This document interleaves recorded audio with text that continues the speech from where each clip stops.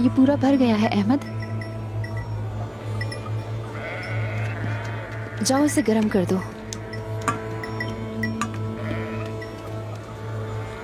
क्या हुआ है? बताओ मुझे अहमद।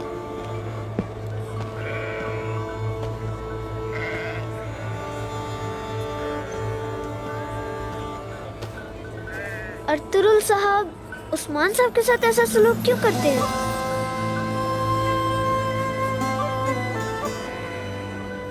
वो उनके बाबा हैं बेटा। अर्तुरुल साहब के तीनों बेटे उनकी जान के टुकड़े हैं। वो उस्मान साहब के साथ ऐसा क्यों करेंगे? क्या उस्मान साहब ने हमारे कबीले को मंगोलों से नहीं बचाया? क्या उन्होंने कलोजा हिसार फतह नहीं किया?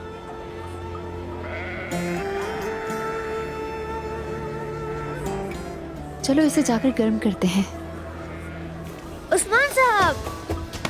अहमद सिपाही,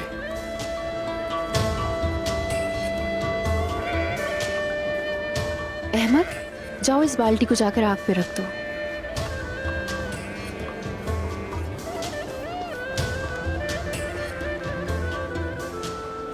एक छोटा सा बच्चा भी सब देख रहा है, वो क्यों नहीं देख रहा है?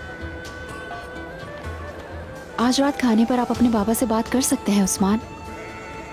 अर्तुरुल साहब आपके बाबा हैं, वो आपकी जरूर सुनेंगे। बैठकर बात करनी होगी उनसे।